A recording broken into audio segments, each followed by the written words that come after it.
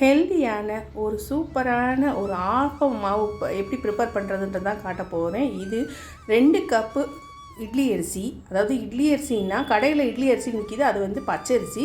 புழுங்கல் அரிசி, மிளகு அரிசின்னு சொல்லுவோம்ல, குண்டு குண்டாக இருக்கும்ல, அது 2 கப்பு. அதாவது 2 டம்ளர் புழுங்கல் அரிசி, 2 டம்ளர் இட்லி அரிசி. இது 2 பச்சரிசி. அதாவது இதுக்கு மெஷர்மெண்ட் எப்படின்னா, எந்த இது அளவு எடுக்கிறீங்களோ, 1 கப்பு பச்சரிசினா 1 கப்பு புழுங்கல் அரிசி, 1 கப்பு இட்லி அரிசி எடுக்கிறீங்கன்னா 1 கப்பு புழுங்கல் அரிசி, அந்த மாதிரி எடுத்துக்கோங்க. எடுக்கிற 2 அரிசியுமே சம அளவில் இருக்கணும். பச்சரிசி ஒன்றுன்னா புழுங்கல் அரிசி 1. இதில் வந்து அவலோ தேங்காவோ எதுவுமே சேர்க்க தேவையில்லை. ரொம்ப ரொம்ப சாஃப்டாக சூப்பரான ஆப்பம் ரெடியாகும். இதுக்கு வந்து 1.5 டம்ளர், அதாவது நான் அரைப்படி அரிசி எடுத்திருக்கேன். அரைப்படி அரிசி கணக்குக்கு 2 டம்ளர் பச்சரிசி, 2 டம்ளர் புழுங்கல் அரிசிக்கு 1.5 டம்ளர் உளுந்து, 1 டேபிள் ஸ்பூன் அளவுக்கு வெந்தயம். இதை நல்லா ஒரு 3 மணி நேரம் 4 மணி நேரம் ஊற வச்சுட்டு, உளுந்தையும் வெந்தயத்தையும் நல்லா அலம்பிட்டு நல்ல தண்ணியிலே ஊற வச்சுருங்க. ஏன்னா அந்த தண்ணியை வச்சு தான் நம்ம மாவு அரைக்க போகிறோம். அந்த தண்ணியை தூர கொட்டக்கூடாது, அப்புறம் மாவு பொங்காது. அதனால் அதை உளுந்தை மட்டும் களைஞ்சிட்டு 2 தடவை வாஷ் பண்ணிவிட்டு நல்ல தண்ணியிலே ஊற வச்சுருங்க. 4 மணி நேரம் ஊறட்டும். அதுக்கப்புறம் அரைச்சிட்டு அந்த மாவு அரைக்கும் போது நம்ம எப்படின்னா, ஃபஸ்ட்டு உளுந்து அரைச்சிட்டு உளுந்து தனியாக எடுத்து வைக்கணும்னு அவசியம் இல்லை. அதுலேயே அரிசியும் போட்டு அரைக்க போகிறோம். உளுந்து ஒரு 3/4 வாசி அரைச்சதுக்கப்புறம் அரிசியையும் சேர்த்து நல்லா அரைச்சிட்டு, உப்பை வந்து மாவு வலிச்சதுக்கப்புறம் கலக்கலாம். ஆனால் நான் வந்து கிரைண்டர்லேயே உப்பை போட்டு கலந்துடுறேன். நம்ம கிரைண்டர் நல்லா ஆல்ரெடி ஏற்கனவே வாஷ் பண்ணி தான் வச்சுருப்போம். அரைச்சதுக்கப்புறமும் வாஷ் பண்ண தான் போகிறோம். அதனால் நான் உப்பு கலந்துட்டோம்னா ஈவனாக கலந்துரும். அதனால் நான் வந்து மாவு மொத்தமாக எல்லாம் அரைச்சி முடிக்கும் போதே கிரைண்டர்லேயே உப்பை போட்டு ஒரு 2 சுற்ற விட்டுருவேன். நான் சுற்றிட்டு அதுக்கப்புறம் வலிச்சு ஒரு 8 மணி நேரம் ஃபெர்மெண்டேஷனுக்கு விட்டோம்னா சூப்பர் சாஃப்டான ஆப்பம் ரெடி ஆயிடும். கண்டிப்பாக நீங்களும் இதை ட்ரை பண்ணி பாருங்கள். சோடா பூவோ பேக்கிங் சோடா அந்த மாதிரி எதுவுமே, ஆப்ப சோடா எதுவுமே சேர்க்க தேவையில்லை. இதுக்கு வந்து ஒரே ஒரு விஷயம், 2மே சம அளவில் இருக்கணும். அரிசியும் சரி, புழுங்கல் அரிசியும் சரி, பச்சரிசியும் சரி.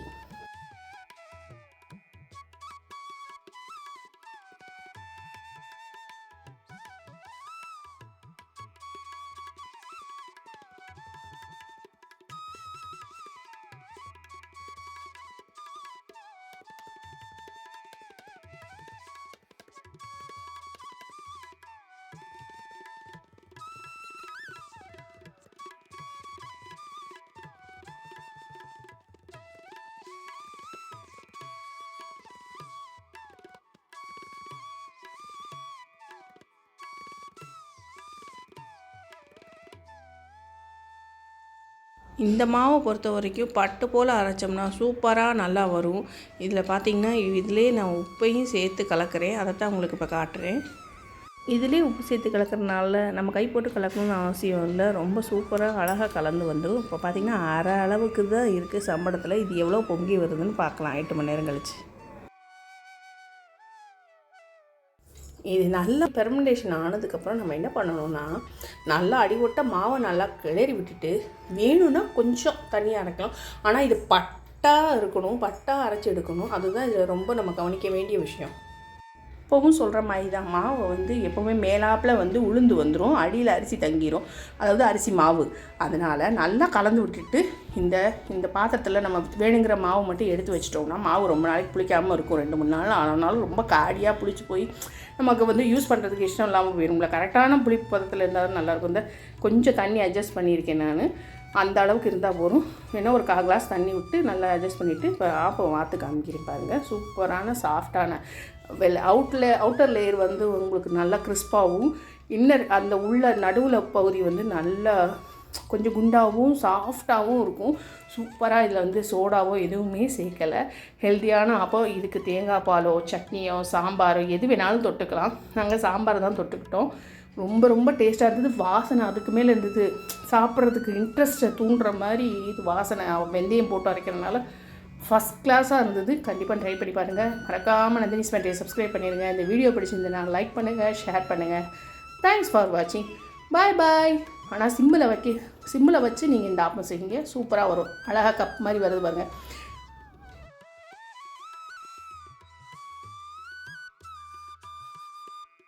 இந்த ஆப்பத்தை பொறுத்த வரைக்கும் நீங்கள் பார்த்தீங்கன்னா ஓட்டை ஓட்டையாக இருக்கும், குட்டி குட்டியாக பபுள்ஸாக வந்து இதாக இருக்கும். இப்படி வர்றது தான் நம்ம கரெக்டான பதத்தில் அரைச்சிருக்கோம், கரெக்டாக ஃபெர்மெண்டேஷன் ஆகிருக்குன்னு அர்த்தம். இதை நீங்கள் கொஞ்சம் ஃபாலோ பண்ணிக்கிட்டிங்கன்னா சூப்பரான சாஃப்டான ஆப்பம் ரெடி ஆயிரும். கண்டிப்பாக நீங்கள் ட்ரை பண்ணி பாருங்கள். சோடா பூவெலாம் சேர்க்கவே தேவையில்லை, அது உடம்புக்கு நல்லதும் கிடையாது. இது சேர்க்காமலே ஃபஸ்ட் கிளாஸ் ஆப்பம் செஞ்சிடலாம். கண்டிப்பாக ட்ரை பண்ணி பாருங்கள். பாய் பாய்.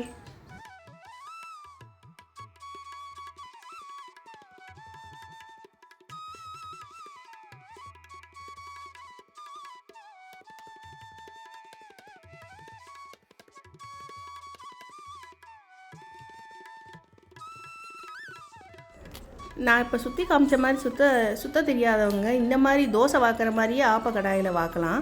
ஃபஸ்ட் கிளாஸாக அதுவும் நல்லா அருமையாக ஆப்பம் ரெடி ஆயிடும். இந்த மாதிரியும் ட்ரை பண்ணி பாருங்கள்.